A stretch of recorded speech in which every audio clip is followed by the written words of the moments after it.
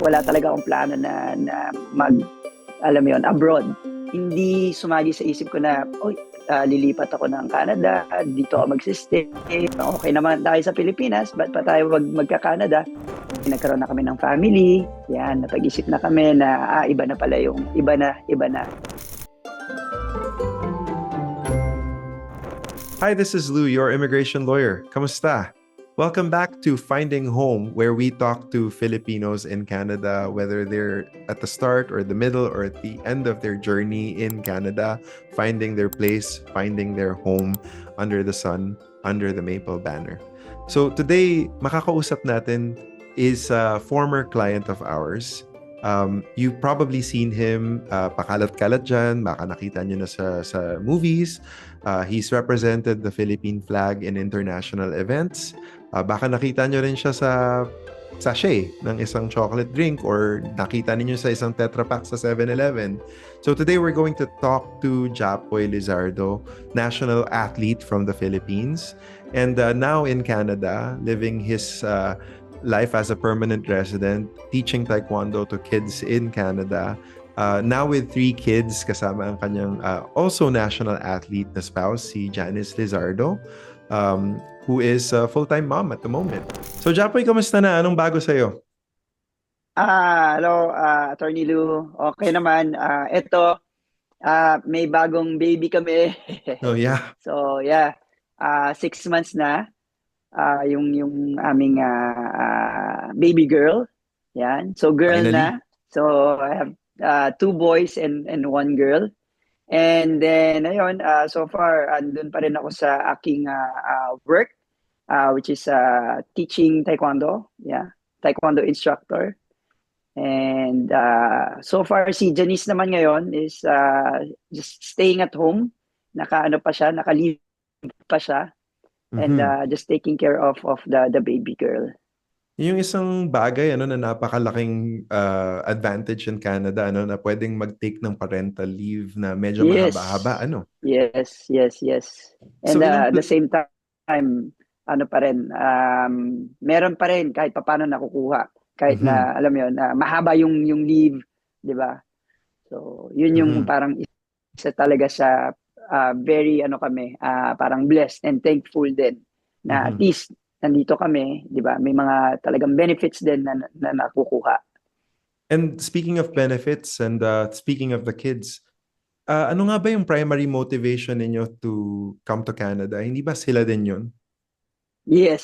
So kami nung actually during the COVID period, parang kami napag-isip kami, syempre, hindi malayong mangyari ulit, mag-lockdown, everything like that. So parang kami ni Janice sa pag-isip-isip lang kami na why don't we try going to Canada, ganyan, since yung mga kapatid namin nandito na din. Isa sa mga reasons yon, and also the main reason is for the kids.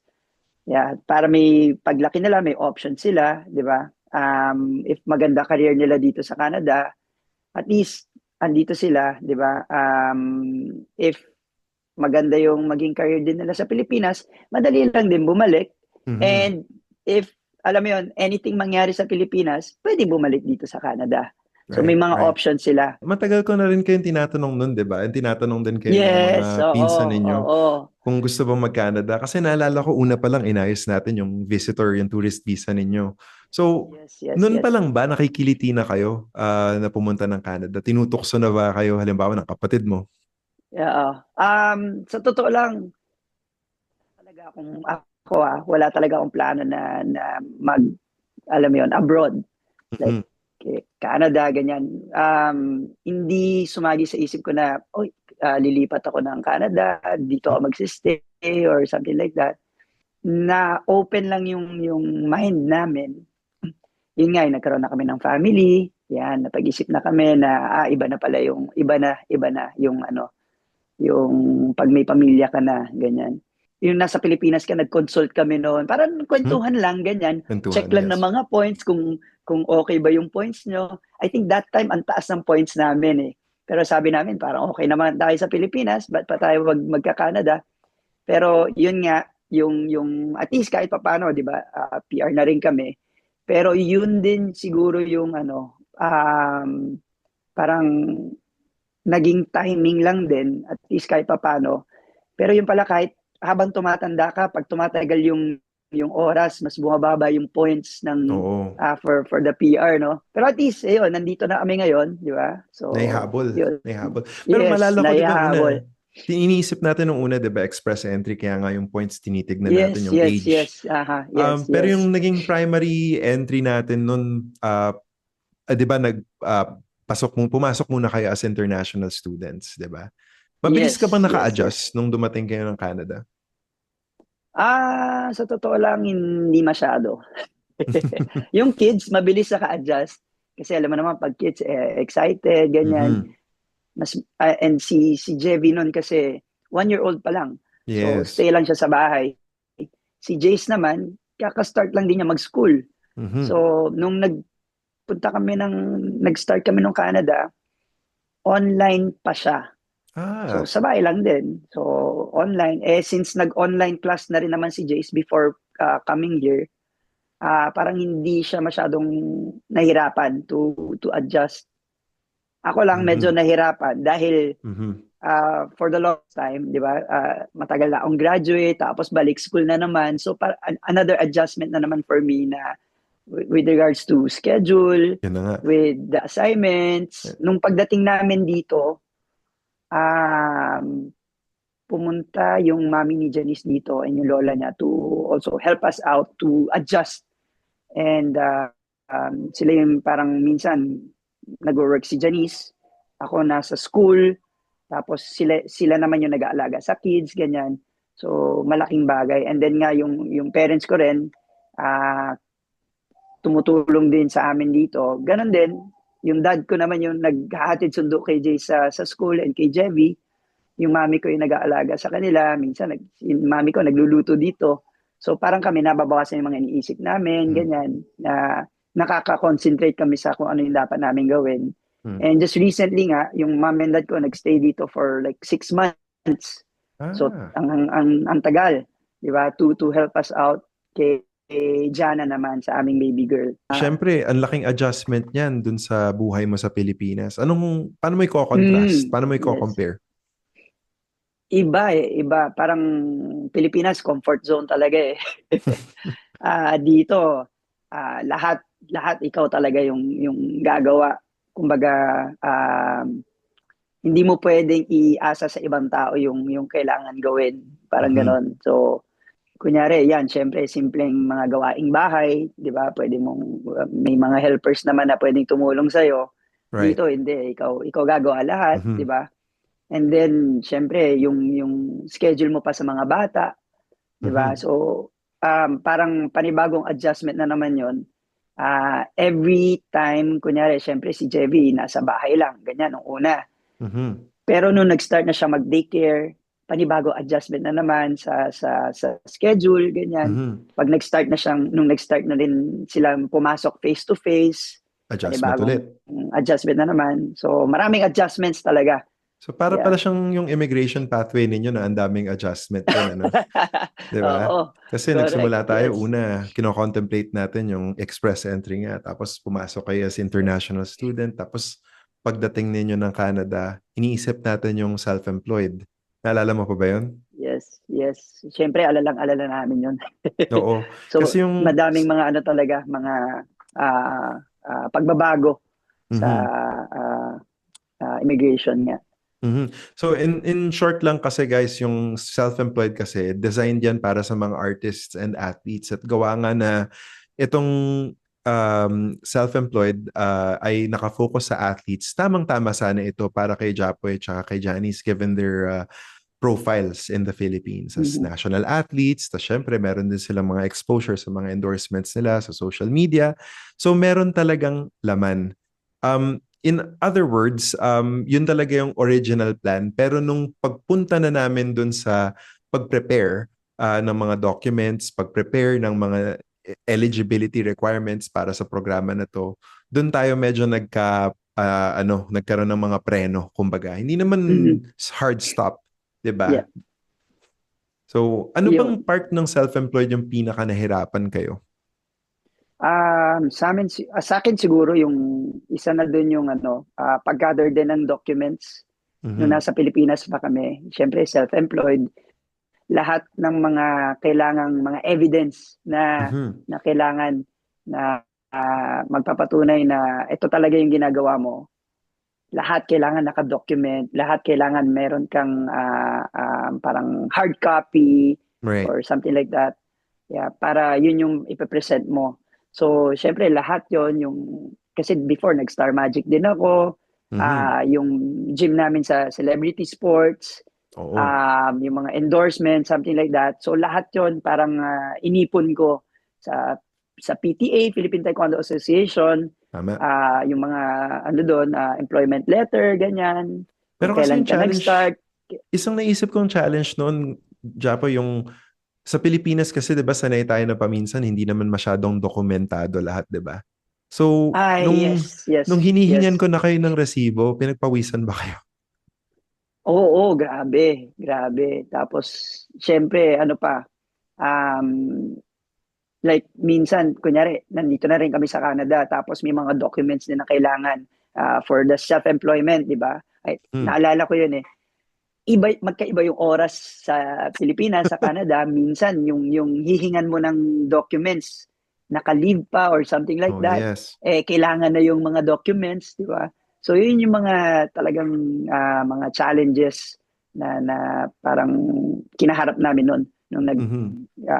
nag-gather kami ng mga documents namin. Mhm. And Yeah. speaking of adjustment and gathering of documents, actually in the end parang napakinabangan din naman natin siya kasi nung biglang bumukas Yes. yung express entry para kay Janice bilang healthcare worker, Aha. Aha. nagamit din naman natin yung self-employed documents ninyo, hindi ba? Yes, yes, yes. So nagamit, hindi naman siya natapon.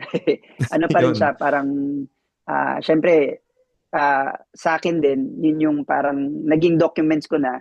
Tapos yung nag-open nga, yung sa healthcare kay Janice, at least hindi na namin kailangan kumuha ng mga records ko, ganyan. Mhm. Si Janice na lang. So, isa pa rin pala sa naging challenge namin yung sa self-employment, yung business plan.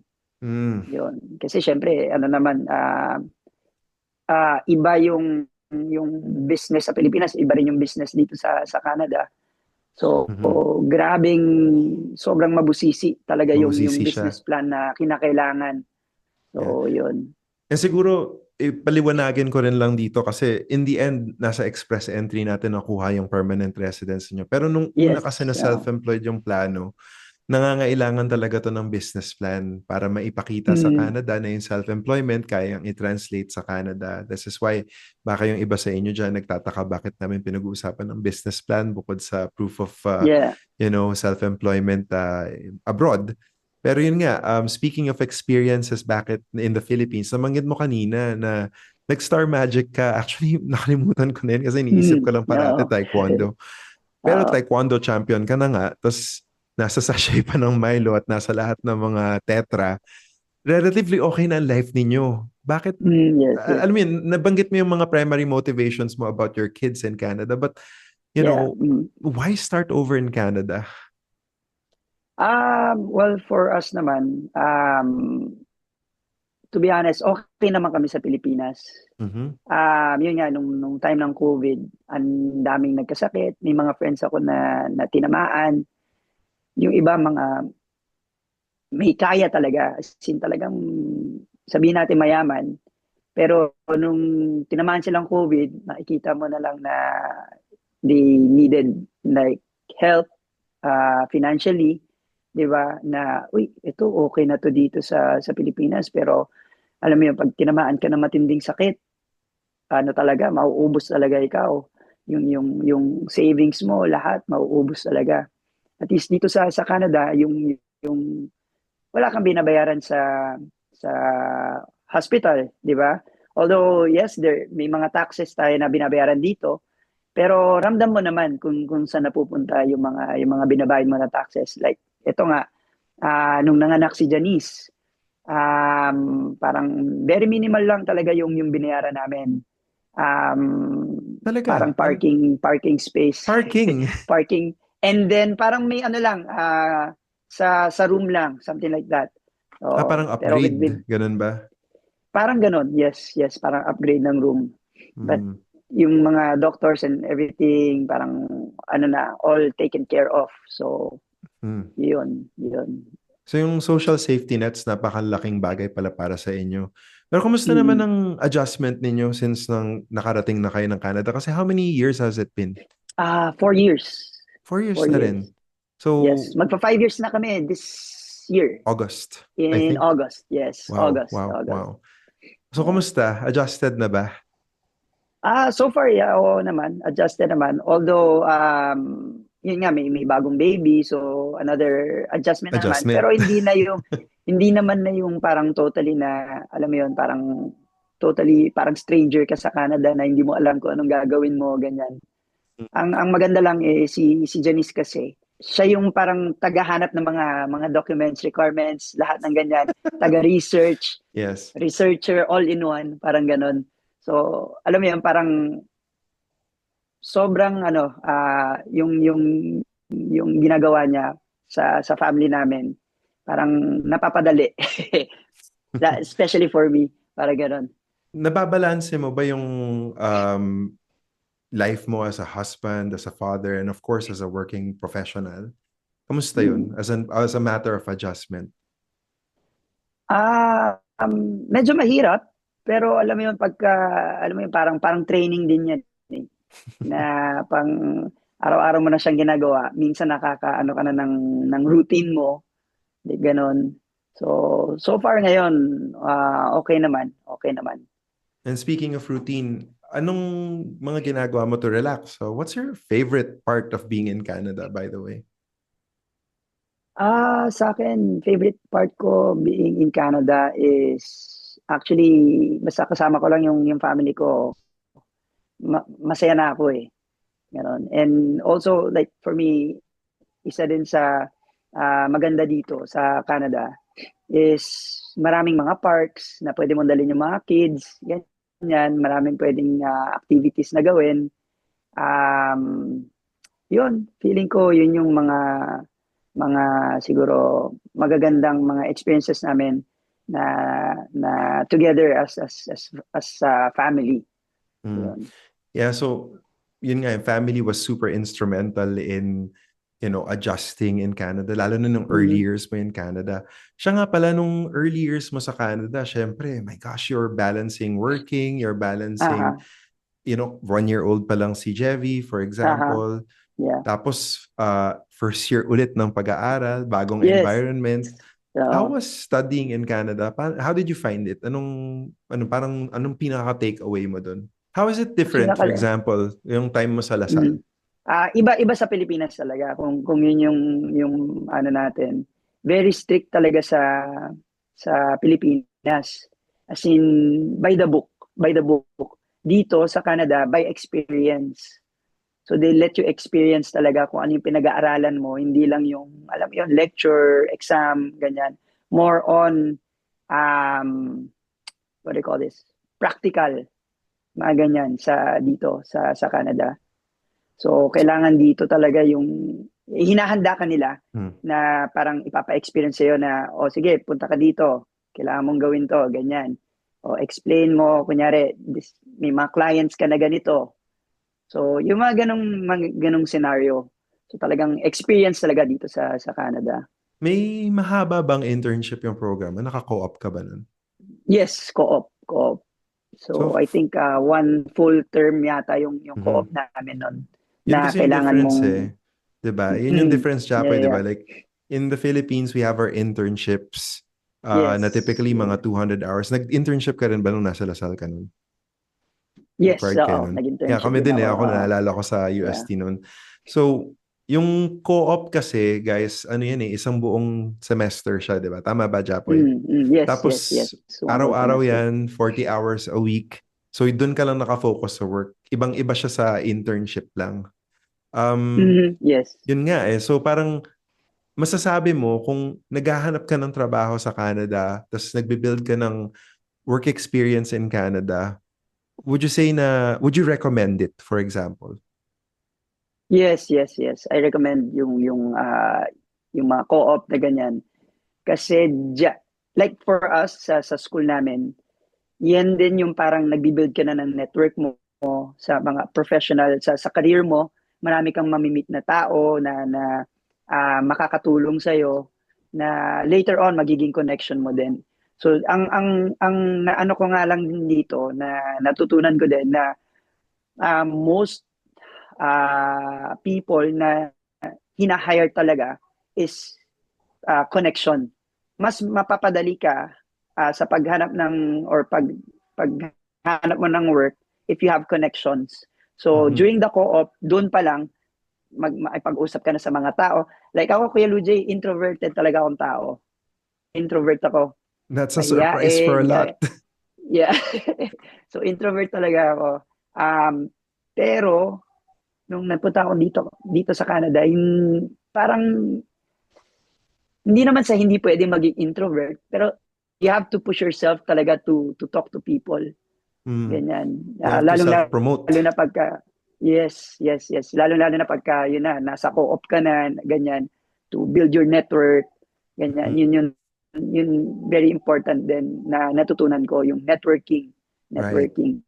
Ganyan. May Yeah. iba tayo actually kasi speaking of networking, speaking of being introverted, obviously sa Pilipinas, siguro kapag ka lumalabas ka sa Trinoma, nare-recognize ka.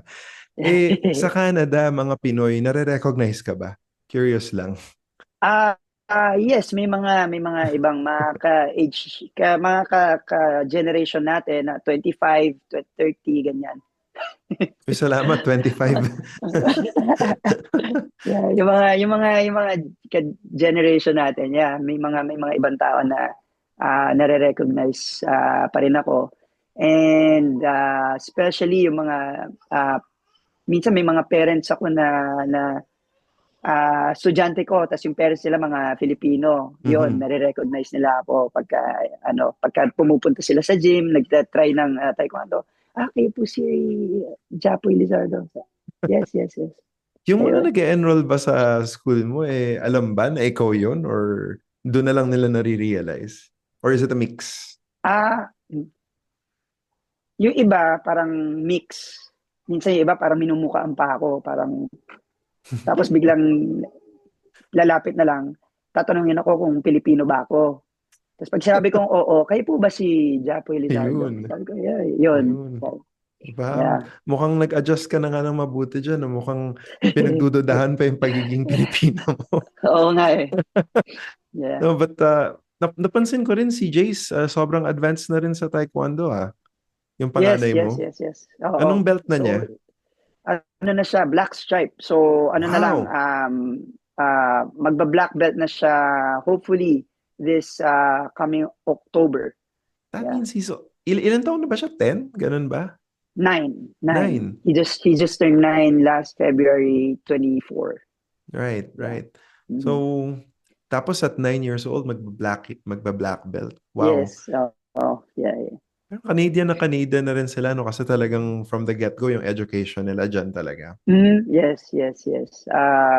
Yeah, I can say na very Canadian, but at the same time, very Filipino. Mm. Mm. Kasi pagka, when he's with his friends, pag mag-English, slang, ganyan, tapos, alam mo yun, pero pagka nandito siya sa bahay, usually pag kinakausap namin sila, Tagalog, Tagalog. Pero pagka nag english sila, alam mo yung English na parang English ng konyo, ganon. Ay, ganun ba? parang parang Pilipino pa rin yung hindi yung Filipino accent, pero pagka kinausap mo, alam mo yung parang English ng mga Filipinos Meron na pa rin, parang oo. Yeah. yeah, I think, yun yung ganon siya mag-English sa amin. Pero pagka nag-English siya sa mga friends niya, maririnig mo talaga yung pagka-slang niya. so meron pa rin code switching. That's very Yeah, interesting, yeah, ah. yeah. Tapos Um, nagpa-French din siya, Kuya oh Ludes. yeah, that's right. That's right. Yeah. So naka-French immersion ba si Jace? Naka-French immersion, yes, yes. So paano yan kapag ka ganyan, hindi nyo alam yung homework? Ano, translate. Google Translate. Buti na lang meron ng Google Translate ngayon. Yeah, yeah. Oo. Oo nga eh. Kung wala, So, nako.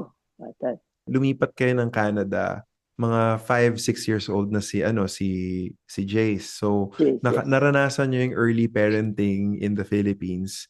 Tapos pagdating nyo ng Canada, 1-year-old si Jevy. So naranasan Mhm. nyo rin yung early parenting in Canada. Tapos Yes, ngayon din, yes. syempre may third kayo si Jana.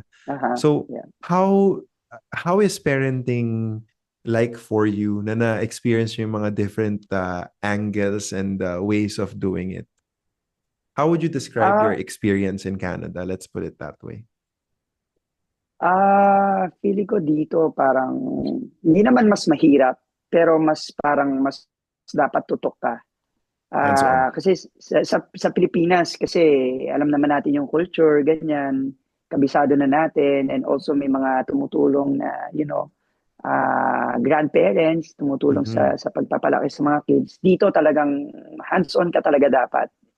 And then, syempre iba rin yung culture dito sa Canada, di ba?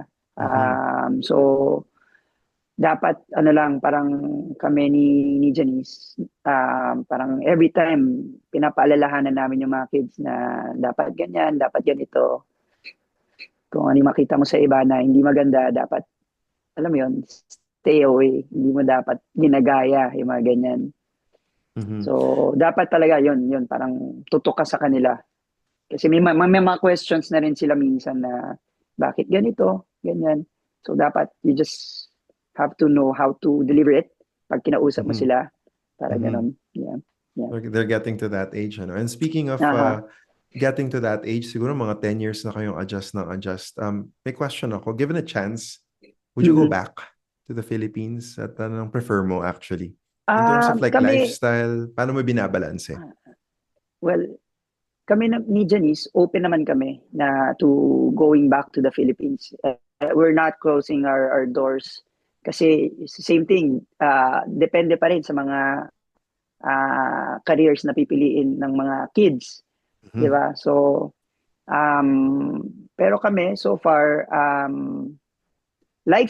pagdating sa lifestyle, iba pa rin talaga sa Pilipinas. Parang sobrang yun nga, like what I've said, comfort zone, 'di ba? Anytime may mga gatherings, you can just, okay, punta tayo. Ganyan. Mm-hmm. Pag may mga invite yung mga friends, okay, sige, punta tayo. Like dito, syempre, pag may mga minsan, even weekends, pag kami invite ng friend, sorry, may gagawin ako. Yung mga ganyan, di ba? Pero, um, yun na nga, sa Pilipinas, yung mga, nung nagbakasyon kami, Kuya Lodge, sa Pilipinas, no, 2 years ago, grabe na rin yung grocery.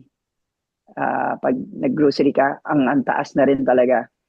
Parang ano na rin ata dito eh. Parang halos same na rin eh. Parang ganoon umaabot. Yun lang din, at least yung sweldo dito, pagka say tumataas ang bilihin, yung minimum wage is parang tinataas din ng government. Unlike Tumahabol. sa, oo, mahabol. Kahit pa paano sa Pilipinas, tumataas yung grocery, pero I think yung minimum wage is still the same, parang ganon. Yung So presyon mo parang, lang yung tataas, ganun ba? tama. Oo. So, I guess like, Yun. ang question ko dyan, kasi syempre, I mean, lagi namang may pros and may cons, di Yes, ba? yes, yes, Pero, yes.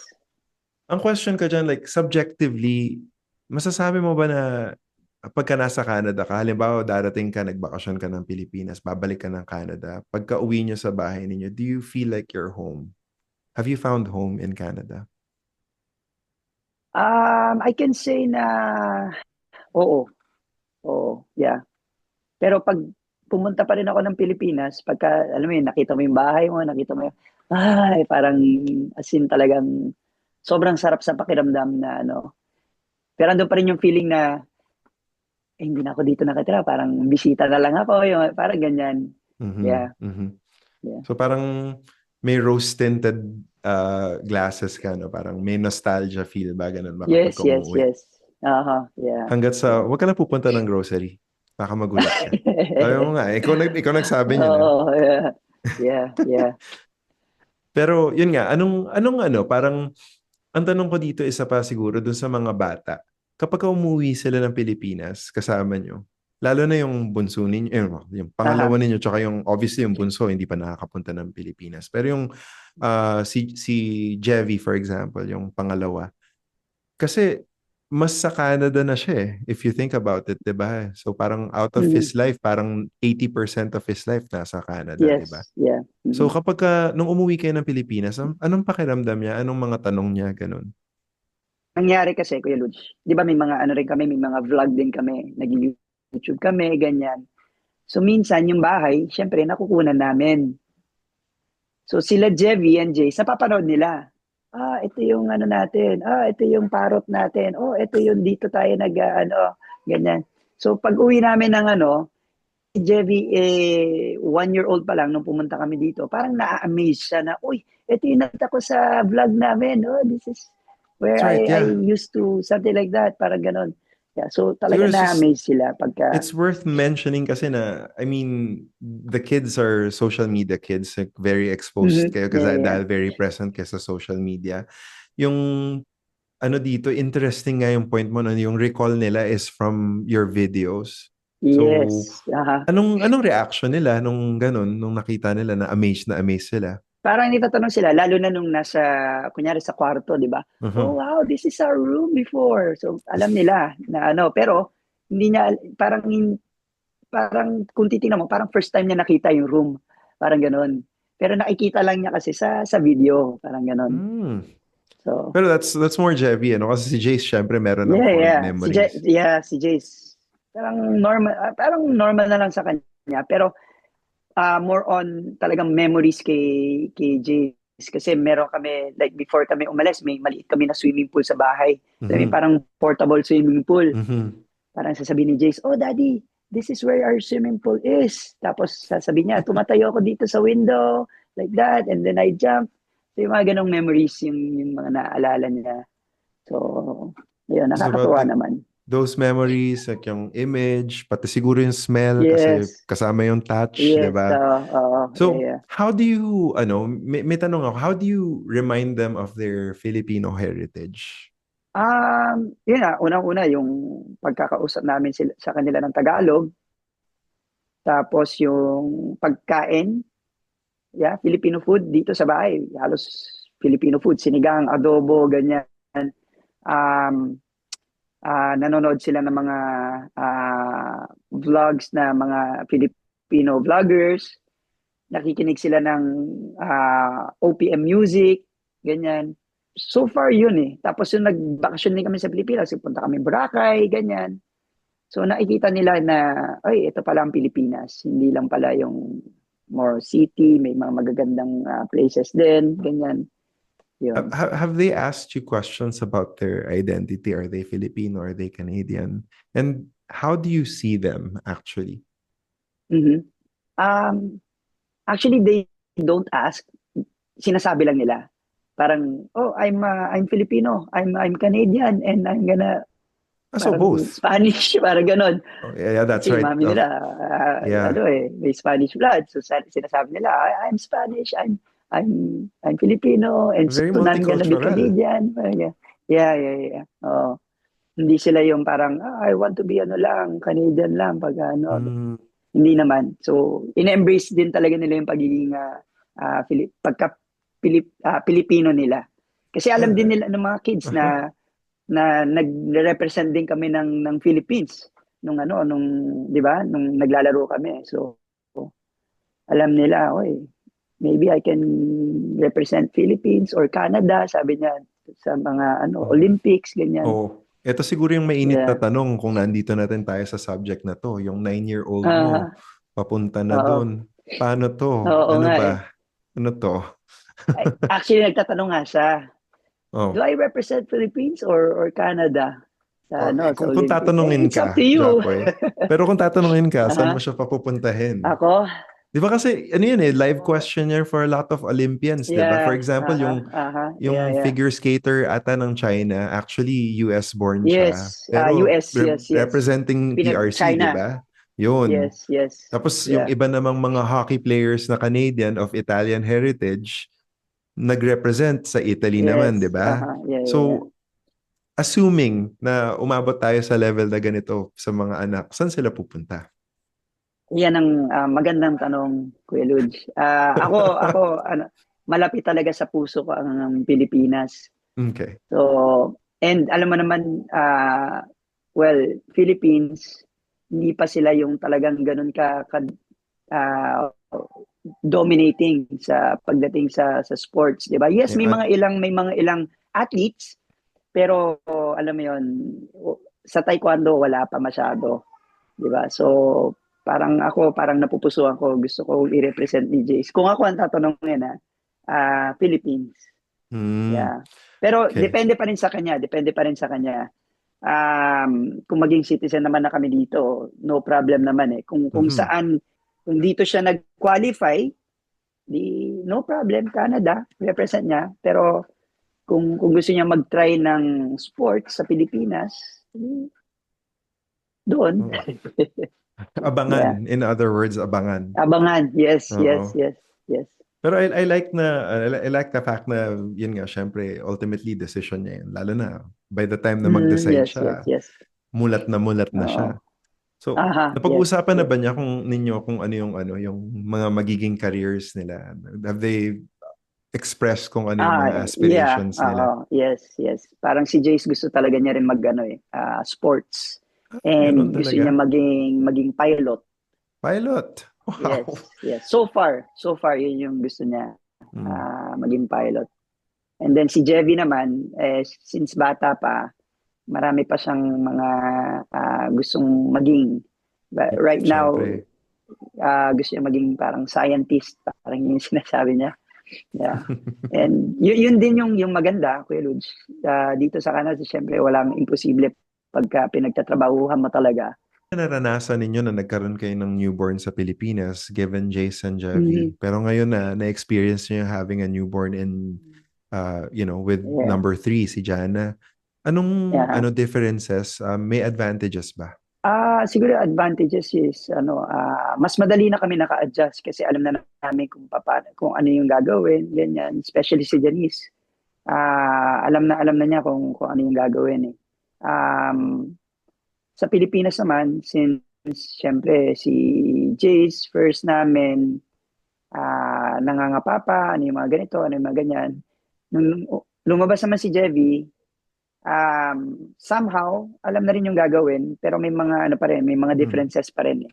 Pero ito na, third one, parang mas madali naman nang Mm. naka-adjust. And sobrang madaling alagaan si Jana eh.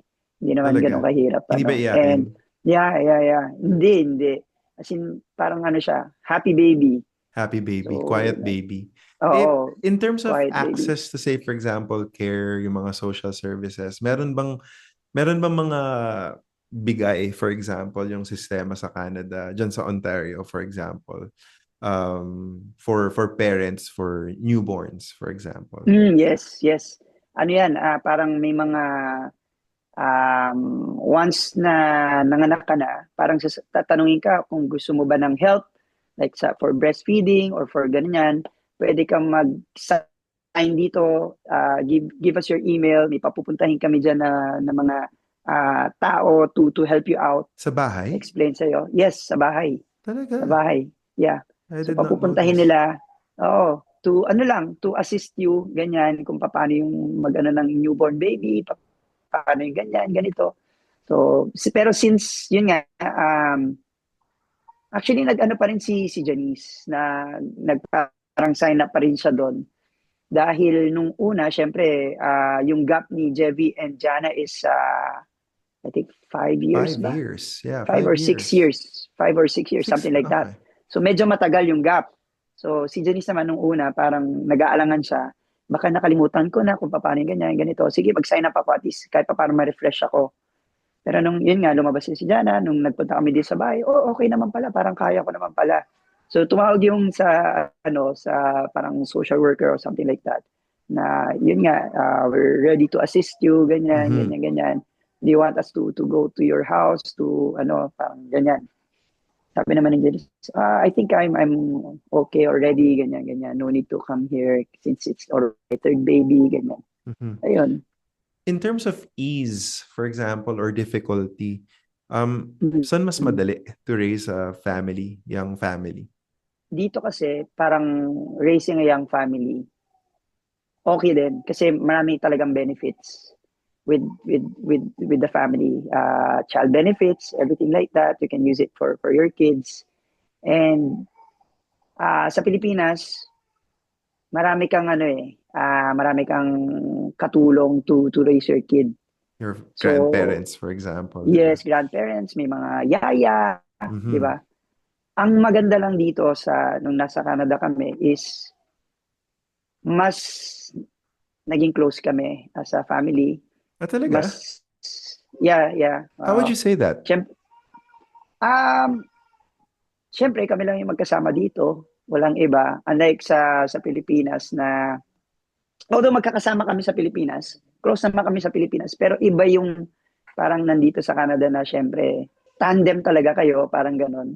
Unlike sa Pilipinas, yes, tandem kami, pero may iba ka pang katandem na iba. Oo. Parang ganon. O, pwede May ibang mag-iwan taya. sa, Mm. oo, yeah, yeah. Unlike dito, talagang usap kami regarding our schedule, ganyan, everything like that. O sino magaganito, sino magaganyan. So in a way, So, you can compare it, but at the same time, it's hard to compare. Parang ganun ba? yes. So, yeah, yeah, yeah. Yeah. That's So, very interesting, actually. Access to healthcare is always like an issue for Canadians, I will say. Like, for example, mm, there's still a lot of Canadians who don't have a primary physician. But yeah. thankfully, isusplok ko na kasi pareho tayo ng family doctor eh. Oh, Um, yeah, yeah, yeah. yun, so hindi mahirap kasi nandun na. Pero syempre dahil may bagong baby, tas syempre before that it was an OBGYN. In terms of Mhm. accessing those things, nahirapan ba kayo? Getting a family doctor, parang medyo mahirap din talaga. Mhm. Pero since yun nga, na-recommend mo sa amin din yung family doctor niya noon. So, hindi na kami talaga yung naghanap ng, alam mo yun, ng family doctor. Um, yung paghahanap ng OB ni Janice, parang hindi rin naman siya masyadong nahirapan. Okay. Kasi nag-research na rin siya, nagtanong-tanong na rin siya. Actually, sa family doctor, parang may ni-recommend siya. Mhm. Kaya lang medyo malayo.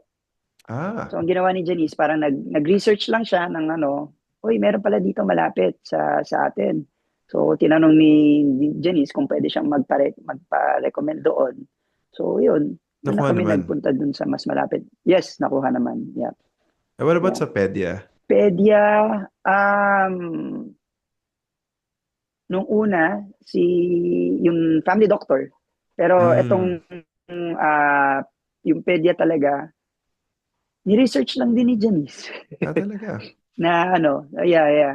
Tapos nung nagpunta kasi nagkasakit si Jana eh.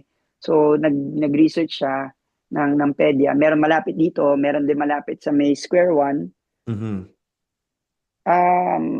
Tapos yun nga nag-message yung pedya dun sa may Square One if you need a pedya. So you can just come here, meet and greet, and then yun, i-welcome kami na parang patient, yung mga kids. That's So interesting, ano? Kasi what I'm yeah. hearing from you is like when it comes to specialists, mas madaling maghanap. Pero pagkadating sa family doctor, parang ang hirap. Mhm, So, mhm. swertihan din lang eh. Ah, Paminsan kasi meron akong oo. mga kakilala na ang bilis silang makakuha. Pero yung iba na, alam mo yun, dekada na nakatira sa Toronto, wala pa Yeah. rin silang family doctor, alam mo yun. Yeah. Diba? So, minsan talaga happenstance din siya. Pero, alam mo yun, lucky tayo kasi yung family doctor natin is Pinoy din, di ba? So, walang language Yes, yes. barrier. Tapos, Yes. yun, sobrang laking bagay din talaga, no? Oo. Alam mo, isa sa mga nangyayari sa mga lumilipat ng Canada, by the way, is magsa-second career or change of pathway in life. Yes, yes. Naisip mo ba yun sa'yo? If ever, let's Yes. talk hypothetical. Kung Ah, uulitin mo yung diba, nag-start over ka sa Canada and let's say na hindi ka napunta sa pagtuturo and continuing to teach mhm. taekwondo, anong gagawin mo? Sa totoo ko, Luge, nung pagpunta namin dito sa Canada, gusto ko talaga mag-try ng ibang field, ibang Mm, career. Yeah. Parang nung una, parang, sige, taekwondo kasi nandyan lang naman yan eh. I can, submit my resume, apply, and feeling ko may kukuha naman sa akin. Pero mhm. pagdating sa ibang field or ibang career, yun yung medyo parang iba. Parang siguro yun yung parang naging challenge ko na, Bagong sige, challenge. baka tingin ako ng ibang field. Tingnan natin kung hanggang saan yung mapupuntahan ko. Tama. Pero Yeah. since yun na nga, yung pagiging taekwondo instructor na yung talagang lumapit sa akin, eh, di sabi ko, sige, grab ko na lang yung opportunity. So, yun. Inunahan ka, in other words. And Oo. napag-usapan niyo ba ni Janice yan siya? May ano ba siya? Napusuan ba siya nun? Si Janice, more on ano talaga siya sa medical field no. So yung parang una niyang tinitingnan din nun is medical field. So ang mga pinag-interviewhan niya nun is parang sa physiotherapy, Mm. sa optical. Mm. So yun yung mga parang choices niya nun parang yung pinag-submitan niya ng mga ano niya resume niya. So ayun, okay naman. So far dun sa pinag-interview niya, lahat naman natanggap siya. Mhm. Oo, lahat naman natanggap siya. Pero isa lang, yun parang sa pagiging optometrist kasi yun yung parang Right. kinuha niya. Which Yeah. is thankfully yun ang kinuha niya dahil tignan mo, yun yung Yes, naging susi, di yes, ba? yeah. Oo. I was also going to ask, like, naisip ko na, oh my, di ba nag-mat leave siya ngayon, nagpa-rental leave siya dahil nga Yeah, si yeah. Jana dumating. So, Mhm. ibig sabihin nito kapag bumalik siya sa kanyang karera, meron siyang option na pwede niya i-continue, pwede rin siyang mag-reset ulit kung gusto niya, kung tutuusin. Mhm. Yeah, oo. Has Actually, a pinag-uusapan niya conversation, namin yun I was gonna Yeah, ask, yeah. oh, anong Yeah. sabi niya? So, actually ano rin si Janice kung babalik ba siya or kung mag-iiba siya ng work. Actually ngayon parang ini-aim niya na maghanap ng work na merong work from home, working Mm. remotely. Mhm. So, yun yung parang chine-check niya muna ngayon. Kung makahanap siya, di good.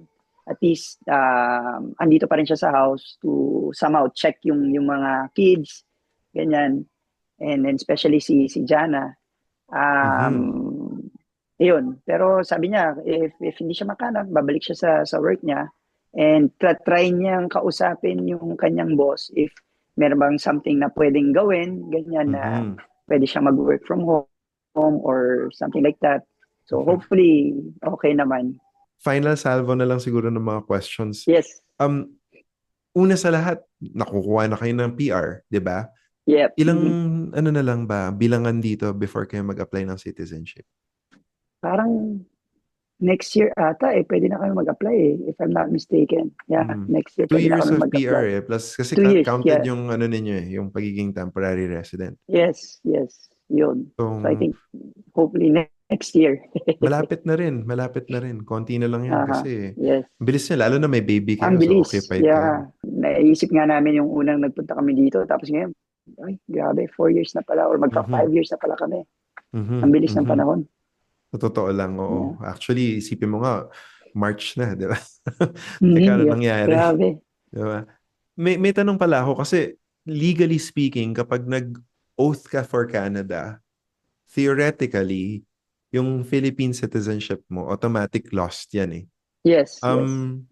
How do you feel about that, number one? And number two, would you go and retake and reclaim your Filipino citizenship? Ako, hindi ko pa siya maisip, no? Pero feeling ko, ma-feel ko yan pagka, alam mo yan, nakapasa na kami ng citizenship exam. Tapos aantayin na lang Yes. yung ano.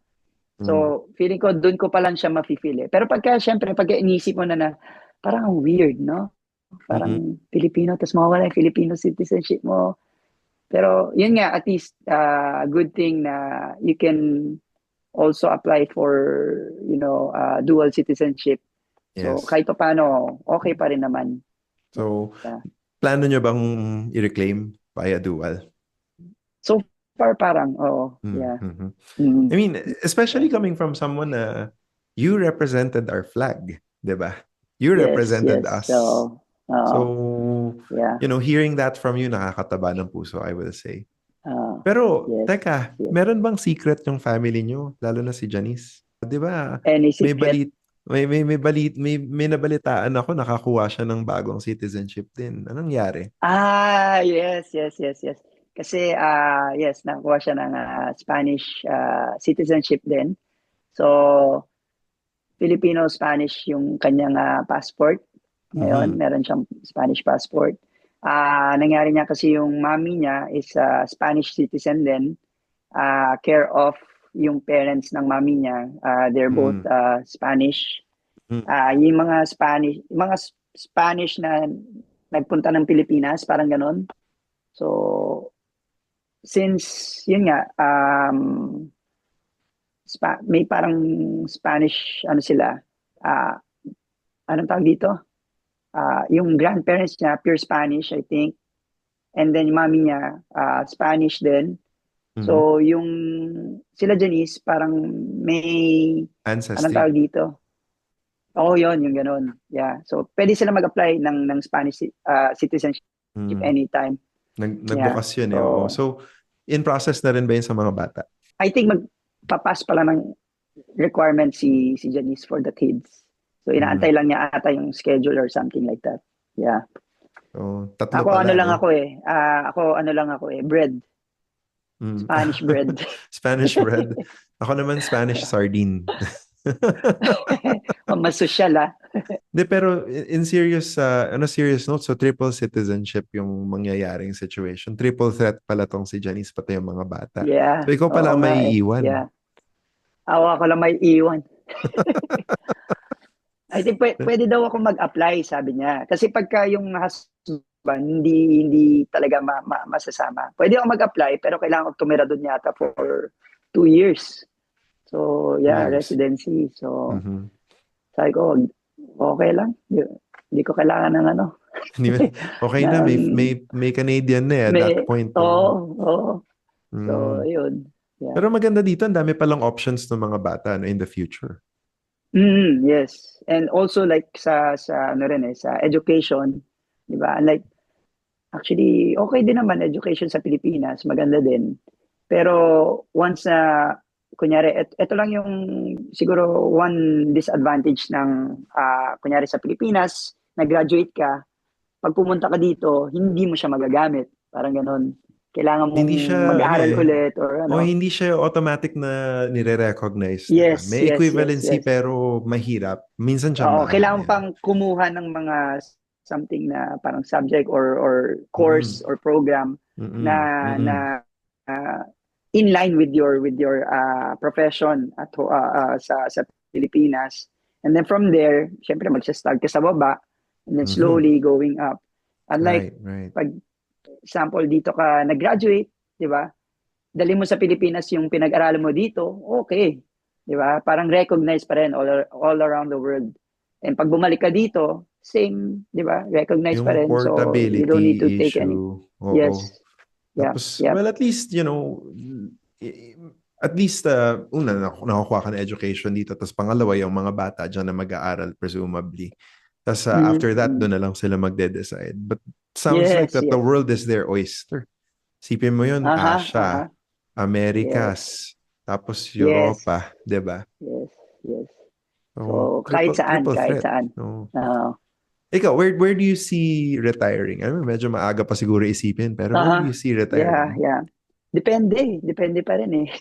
Pero kami parang napag-usapan namin ni Janice.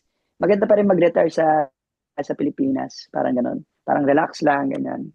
Pero Mm-hmm. syempre, hindi pa rin natin masabi, depende pa rin sa mangyayari. Ang dami nangyayari Mm-hmm. ngayon sa mundo, di ba?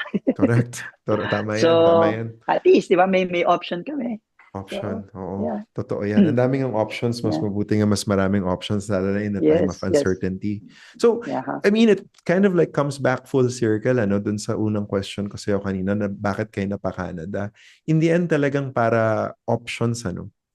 I mean, pero Yes, yes, syempre, as a consequence, maraming adjustment. Pero, yes. final question, promise, worth it ba? Mhm. Worth it naman, masasabi ko, okay, Ludes. Worth it talaga. Kasi, yun nga, um, hindi mo marirealize until nandito ka na eh. Kumbaga sa Pilipinas, masasabi mo lang na, sige, gusto ko mag-Canada para good future para sa mga kids. Pero once na nandito ka na, doon mo palang maiisip na, okay, maganda pala na, kasi maano ko pa rin sa culture, ganyan, and sa mga Mhm. programs na meron ng Canada, Mhm. benefits meron ng Canada, dito mo palang malalaman. So, uy, okay pala, may ganito palang mga program ang Canada or may ganito palang benefits ang Canada. So, yeah. So far yun ang take ko sa ganyan. Yeah. Well, it sounds like you are quite at home. I want to Yeah. thank you so much for saying yes to this sit No, down. Kiluj, I want to thank you dahil for helping us. Yeah, kung hindi, of course, 90% of with your help. 90% of that is you. Kayong dalawa ni Janice. Lalo na si Janice na tagahanap ng dokumento, taga-research. Oh, yeah, grabe. Kaya bilib ako kay Janice eh. Yeah. Pero And maraming yeah, salamat yun nga. for saying yes. I know how busy you are as a father, Mm, as a taekwondo teacher, na, and of course as an everyday, everywhere playmate to 3 kids now.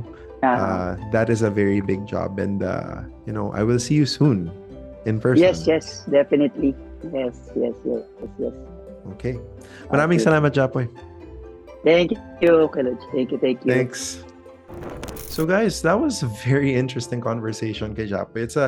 It's a common trope, common issue with Filipinos moving to Canada who try to find home, pero at the same time, meron tayong feelings of nostalgia, meron tayong feeling of displacement na syempre feeling at home na rin tayo sa Canada, pero at the same time, pagka umuwi sa Pilipinas, halimbawa binibisita ang ating mga lolo't lola, ay nakikita natin yung images and snapshots of our previous lives.